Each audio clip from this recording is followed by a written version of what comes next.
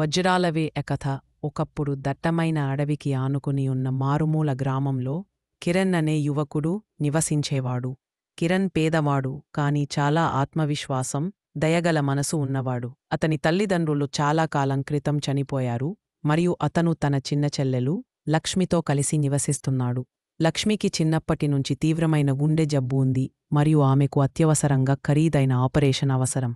ఒకరోజు గ్రామానికి ఒక వృద్ధ ఋషి వచ్చాడు. అతను తన జ్ఞానానికి మరియు అద్భుత శక్తులకు ప్రసిద్ధి చెందాడు.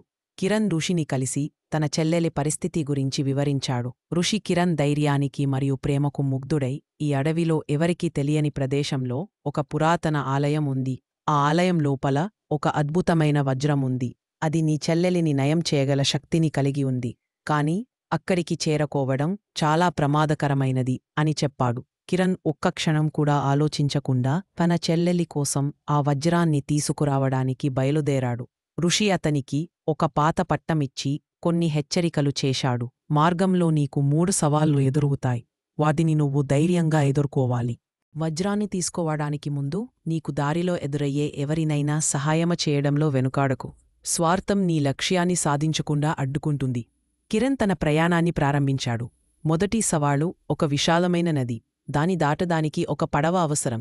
కిరణ్ నది ఒడ్డున నిలబడి ఉండగా ఒక వృద్ధుడు నదిని దాటడానికి ప్రయత్నిస్తూ సహాయము కోసం పిలుస్తూ కనిపించాడు.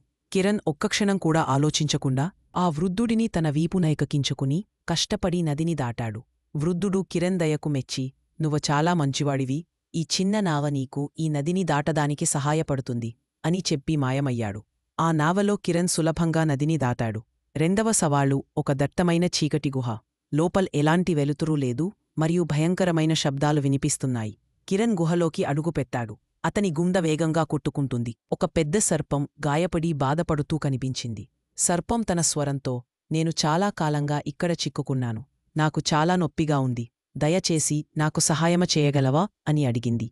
కిరణ్ భయపడకుండా సర్పం గాయాన్ని శుభ్రం చేసి, పార్ట్ 2 కావాలంటే కామెంట్ చేయండి, లైక్ చేయండి, షేర్ చేయండి. పార్ట్ 2 అని కామెంట్ చేయండి.